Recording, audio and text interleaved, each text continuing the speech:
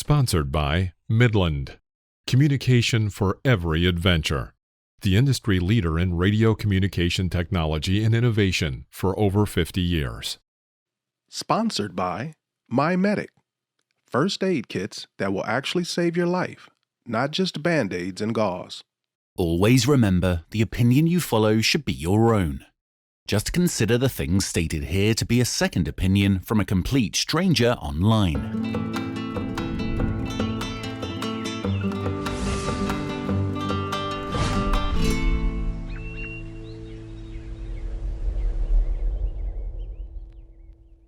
Hi, my name is Phil from Waypoint Overland, and you're listening to Random Waypoints. All right, so here we go. Welcome to another episode of the Random Waypoints podcast. We'll be doing an episode every week, so like, share, and subscribe. Hit the notification bell to make sure you don't miss an episode. This week, we'll answer a viewer's question about why I chose a Jeep Wrangler for my overland travel. I'll share my top 5 items that are not necessary, but I never leave home without during my overland travel. And our taste test segment will be about breakfast sandwiches and a versus battle between the most popular brands of hot chocolate. So stay tuned for the whole show. But first, let's take a look at the news. During this segment, we'll cover various topics with a connection to overlanding in some way. It could be land use news regarding the national parks or the Bureau of Land Management. We'll keep you up to date on any auto industry news when it pertains to relevant and potential overlanding vehicles. There will be camping and outdoor industry news, as well as photography and video, fishing, hiking, and on and on. Now, here's the news. We have news out of Dearborn, Michigan this week. Ford's smartest, most innovative truck yet will be all electric and called F-150 Lightning. The all-new F-150 Lightning will be revealed May 19th at Ford World Headquarters in Dearborn and live-streamed for millions to watch. The F-150 Lightning brings stunning innovation, technologies, and capabilities to the F-Series. The reveal takes place at 9:30 p.m. Eastern Standard Time, May 19th, from Ford World Headquarters, and will be broadcast live with 30-plus ways to watch across physical and digital destinations, including the Ford Facebook and Ford YouTube channels, Twitter, key national publications, as well as 18 impactful out-of-home locations such as Times Square in New York City and Las Vegas Boulevard.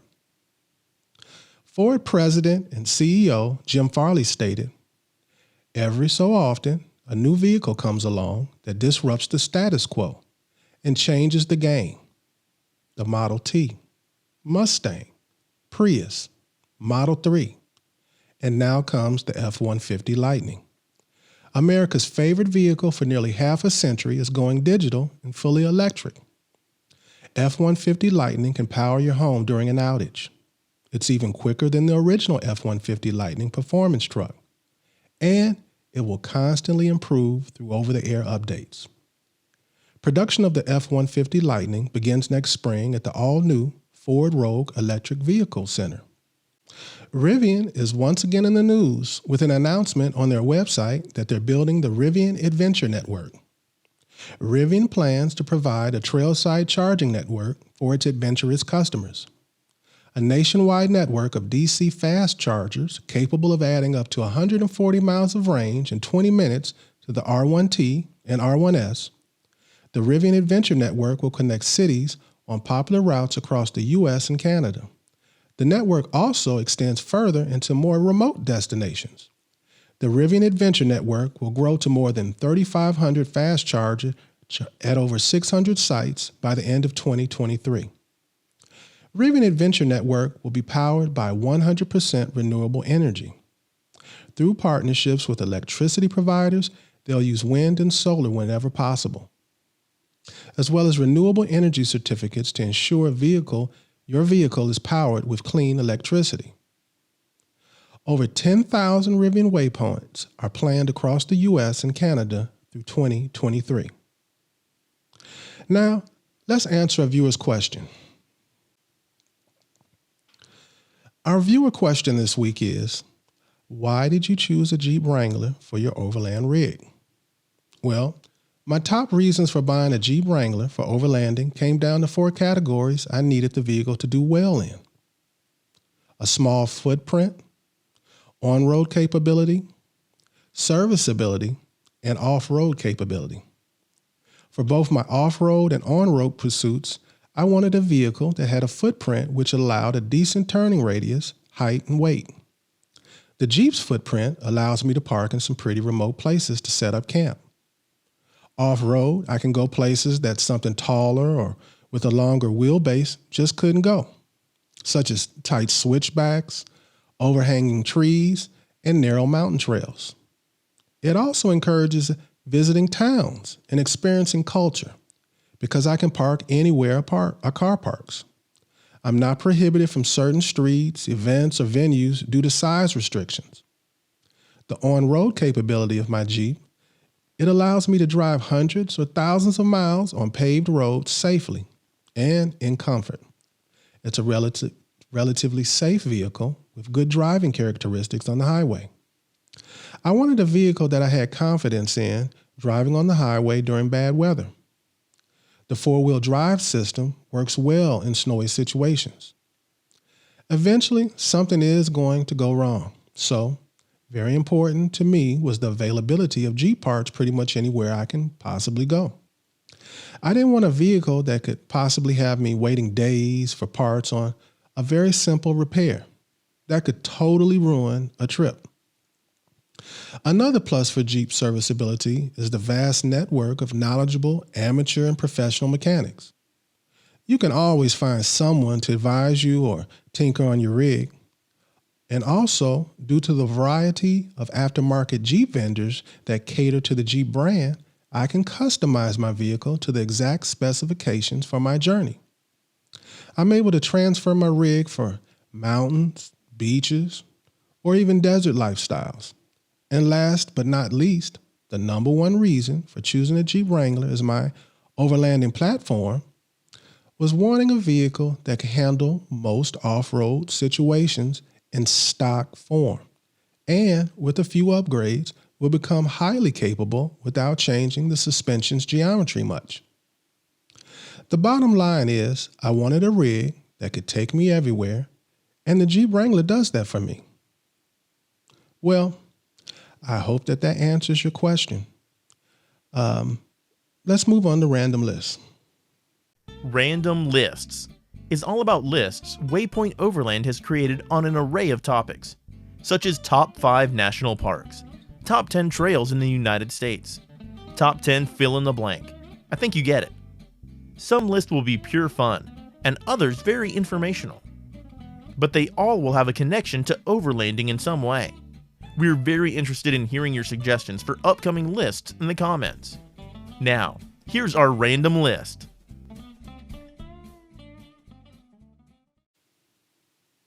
My list this week is my top 5 items that are not necessary, but I never leave home without during my overland travel.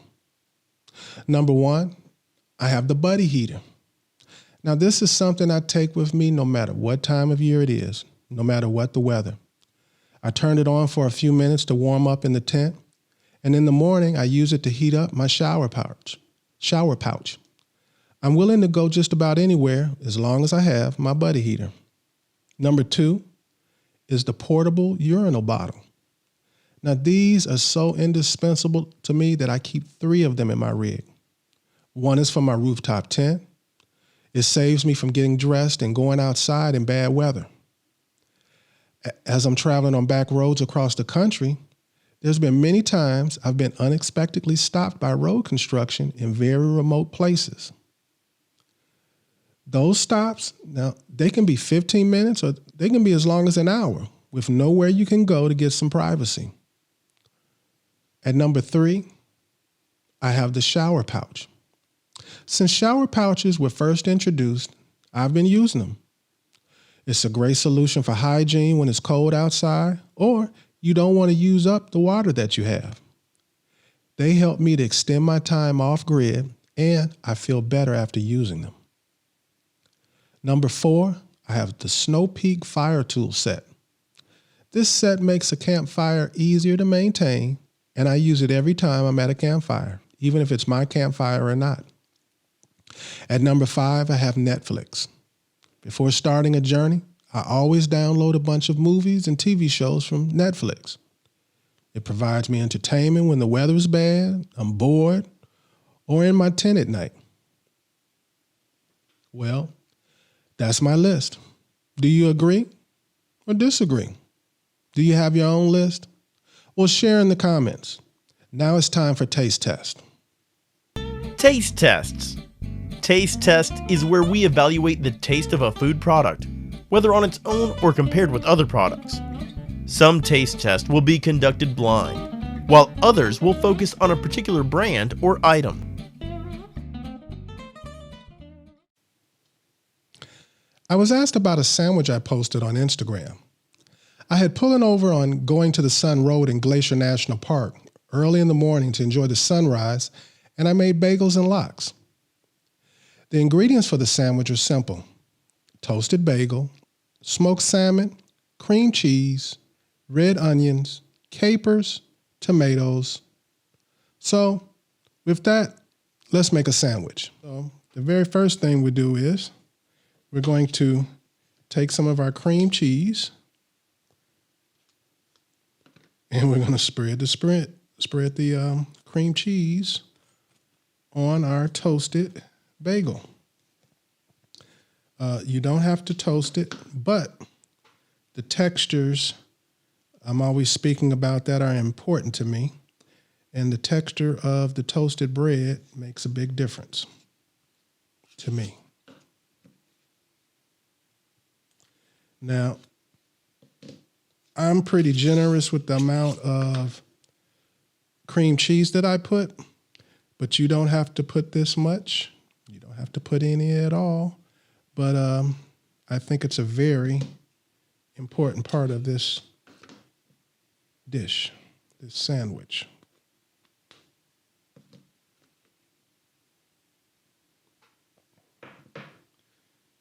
Okay, so get rid of that. The next thing is we're going to take some capers, and we're going to take our capers and sprinkle them all over. We put them next so they can be embedded into the cheese, the cream cheese, and they don't roll away.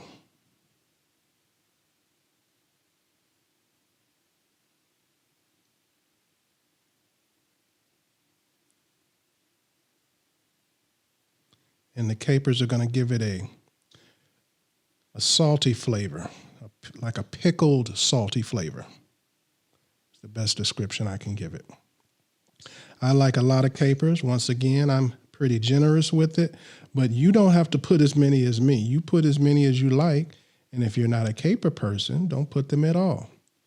But, capers are very commonly used with seafood, and very common going with salmon. So our next thing is, again, like with the capers, we don't want this stuff falling off, so we put our onions next. Now my wife, she chops them up into little tiny pieces, which is even a better idea if you're really, really, really concerned about things falling off.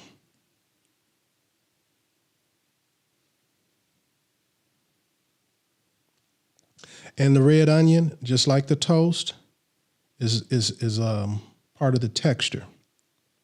The next thing we're going to do is we're going to add us some tomatoes, some good, delicious tomatoes.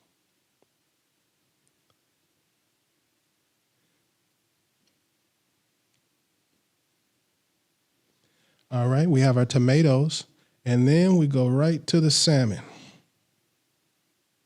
I use 2 slices. You could get away with 1. Some people even use more. They go to like about 4 pieces. If you get a 4-ounce pack of salmon, that should be enough for you to make 2 sandwiches.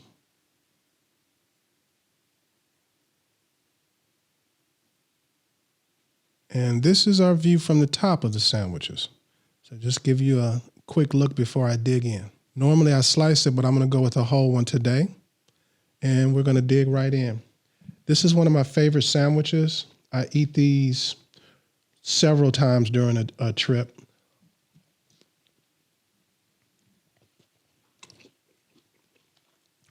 As long as I'm able to find good quality smoked salmon,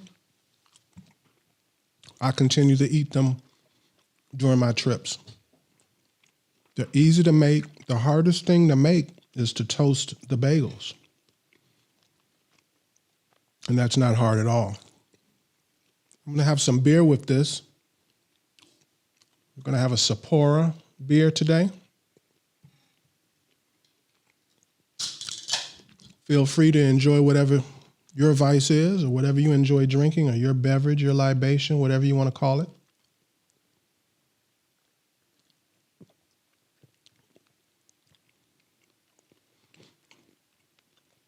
And if you've never had a Sora, it's from Japan and has a very, very clean taste.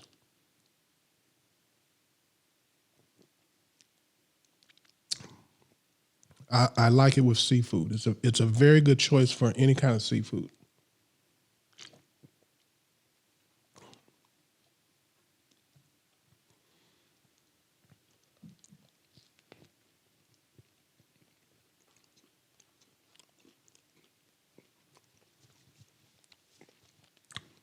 What type of sandwiches do you guys like to eat on the trail?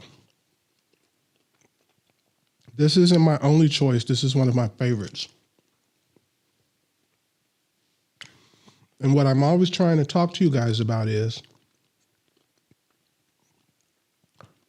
not going crazy, just trying something different, just trying something new, something you don't eat. For some of you, this is something you eat already. But if it's not, it's something you should try.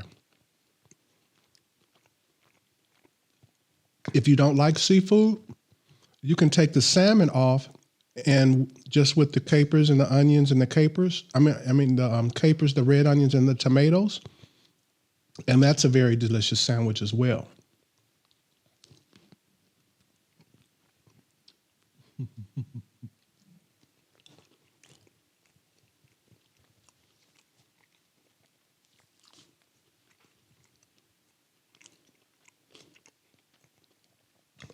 I want to tell you something. I get asked about the stuff on this table all the time. So before anybody asks me, this is a no-go. Don't buy this. This is a sandwich spreader.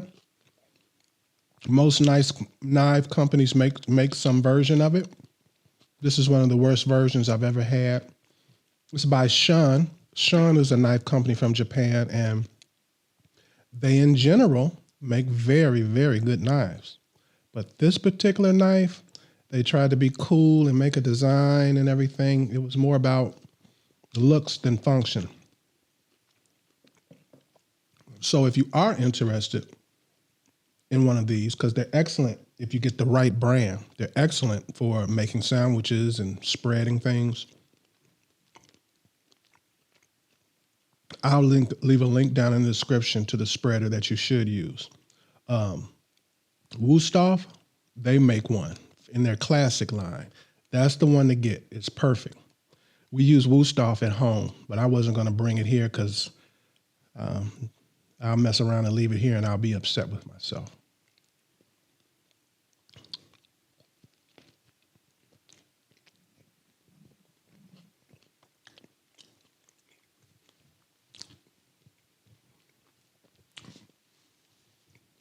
So the past few weeks, if you haven't noticed, every time we have the news segment, Rivian is popping up. And I've mentioned before that I'm considering my next vehicle being a electric vehicle. And right now I only have 2 vehicles in mind. And at the top of the list is Rivian. And the reason being is they're the first company that's really addressed the issue of having chargers in remote locations. And they're going right at it. They plan on making chargers all over the place. And the way they've set up their vehicle where you can charge it in 20 minutes and get 140 miles, that's going to be awesome. So right now it's at the top of my list. And if you're wondering what the other vehicle is, there's a company called Alpha Motor Corporation. And I think it's called a Wolf Plus. I've shown it in a news segment before. And I really don't like the range on it, but everything else I like about it. The accessories, the way it's set up for off-road, the way it's set up for overlanding, the way it's set up for camping. And back to the Rivian, they've actually got a lot of things set up perfectly for it. You can have a kitchen that comes from the company, and all of that will be under your warranty. But like I've said before, I'm not going to be one of the first ones to buy any of these vehicles. I want them to be on the road at least for a calendar year before I even make that final decision. I want to hear all the bad stories, all the good stories. I want to hear about everything about it before I make a decision. And even a vehicle that usually goes on to be a successful vehicle, that first year they have recalls. I don't want a first year vehicle.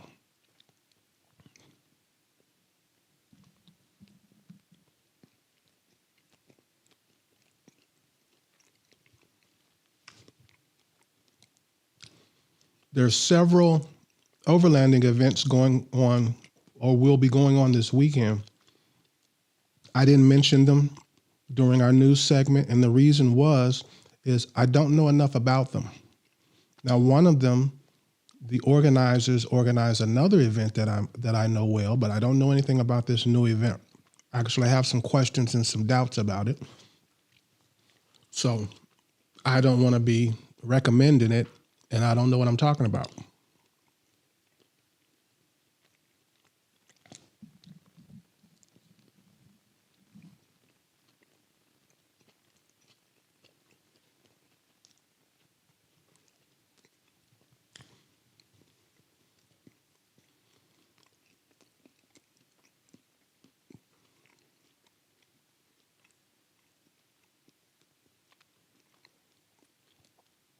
I'm not going to do too much talking right now. I enjoy this sandwich.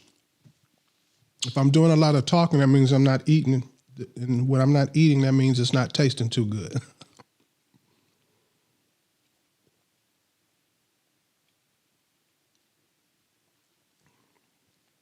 This is one of the few beers that I can guzzle and I don't feel gassy after I drink, like several quick swallows. I don't feel the urge to burp. I don't know why that is. What beers do you guys drink? What's your favorite beer? I'm all over the place. I drink different beers all the time. I was drinking Modelo's, the Mexican beer, Modelo. Am I saying it right? I was drinking Modelo last night.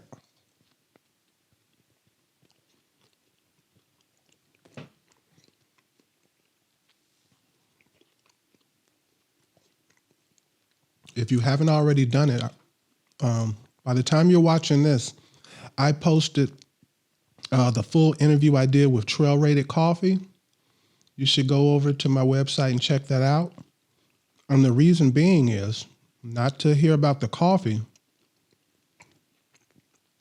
but to hear about what he's doing, and not only what he's doing, but where his head is at and how he's helping the community, the Overland community I'm referring to, the four-wheel drive community, and he's helping the environment.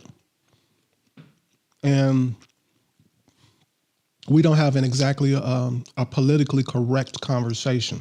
And I think that's what makes it good, because he's really talking from the heart, really talking about what he's feeling. We had ended the interview, so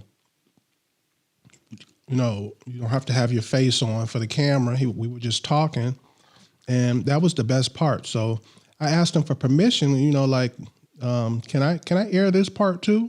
And he was like, sure. So I aired it. When you see this, I will have aired it a few days ago.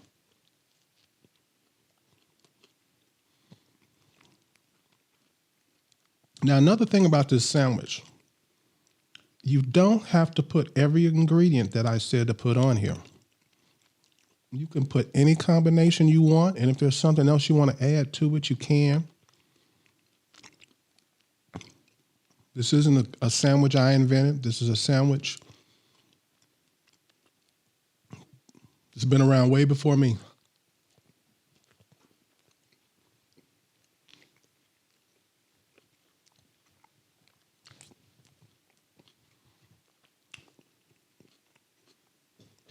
One of the great things about living here in the Pacific Northwest, the seafood is outstanding. And the salmon is so easy to get. Good quality salmon, sushi grade salmon is easy to get here. And what I mean by easy, I mean it's available, and it's available at a decent price. Because we live in a world now that you can pretty much get anything that you want if you're willing to pay for it.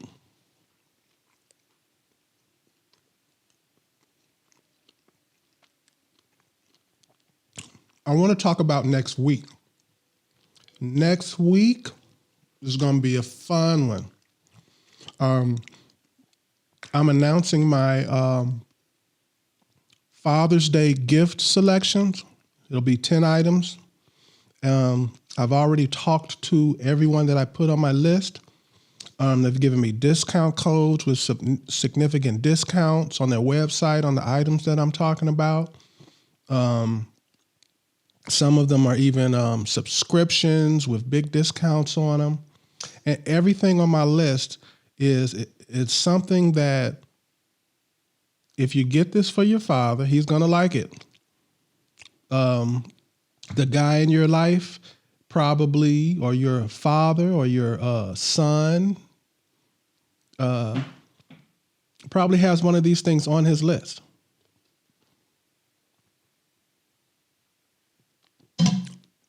And I'm not just going to be like hawking product. We're going to talk about the products and why they would be a good Father's Day gift. We're going to talk about we're gonna have a different angle on it. So it's going to be fun. Plus, you'll be able to save some money if you're looking at these particular items.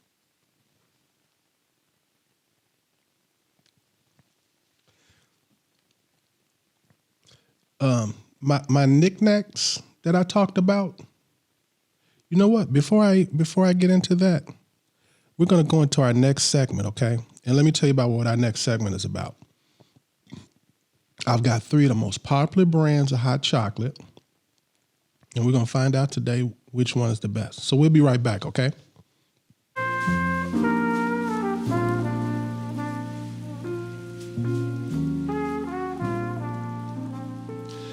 This week we have a versus battle between some of the most popular brands of hot cocoa. Swiss Miss, Nestle's Rich Chocolate, and 365 by Whole Food Markets. So, I've already made it. Let's get started.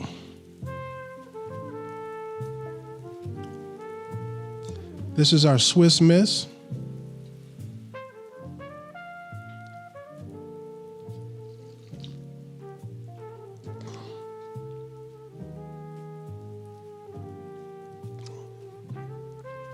I'll tell you straight up ahead of time, the Swiss Miss, that's my everyday brand. It's got the most milk chocolatey flavor. It's my favorite.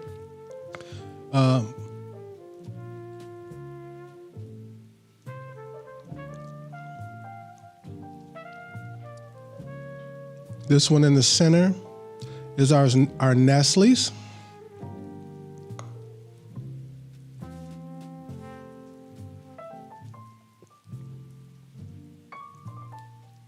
And our Nestle's is something I also drink.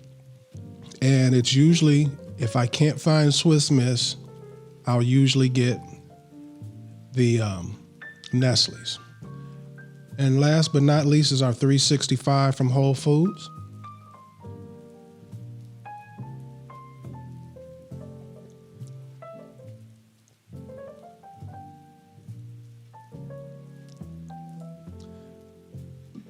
$365.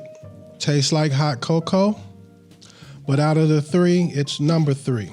Nestle is number 2, and Swiss Miss is number 1. And this is basically how I make that judgment. This is the most chocolatey flavored one out of the bunch. This is the second, and this is the third. This one is organic and it's supposed to be a little bit better for you health-wise, and that's probably why it doesn't have that great milk chocolate taste that these other two have. All of them, all it takes is 6 to 8 ounces of water, hot water, mixed in with a packet. And you can also, which is what I did, you can take milk. Excuse me. You can take milk and heat that and mix it. And it's a much more rich, more velvety flavor, more velvety texture. You can, it doesn't have a watery texture when you drink it. It holds its warmth better. Whereas with the, when you use the water, it starts off scalding hot and then it gets colder faster. So I never go with hot water, but I was dying to have a hot cocoa. Any of them with hot water would be totally fine. Now, if you're asking why I chose to do a taste test on hot chocolate, it's because this is something that I would drink sometimes with marshmallows at the campfire. This is something that you can make quick and fast in the morning or at any time. It just takes the time to heat up some water or heat up some milk. Now, the thing about heating it up, you don't have to get it to a boil. Matter of fact, I recommend you don't get it to a boil because you're going to burn your mouth. When you get the milk or water to the temperature that you like, that you would enjoy drinking at, I would recommend going ahead and pouring it in and mixing it up.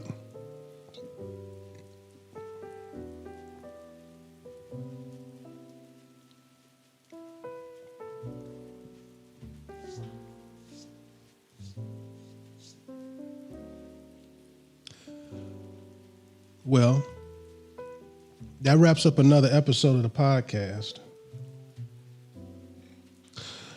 We'll be leaving you this week with footage from Acadia National Park in Maine, around the harbor area.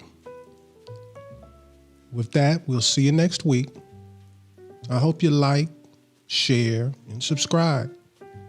And with that, I want everybody to stay safe, tread lightly, and hopefully I'll see you here or on the trail soon.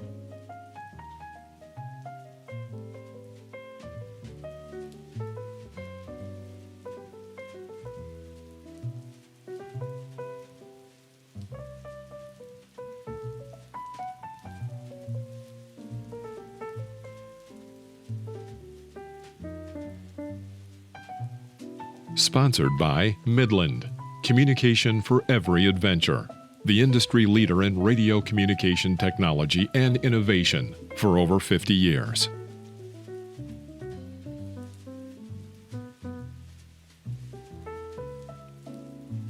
You have been listening to Waypoint Overland's Random Waypoints. Like, subscribe, and stay tuned for more.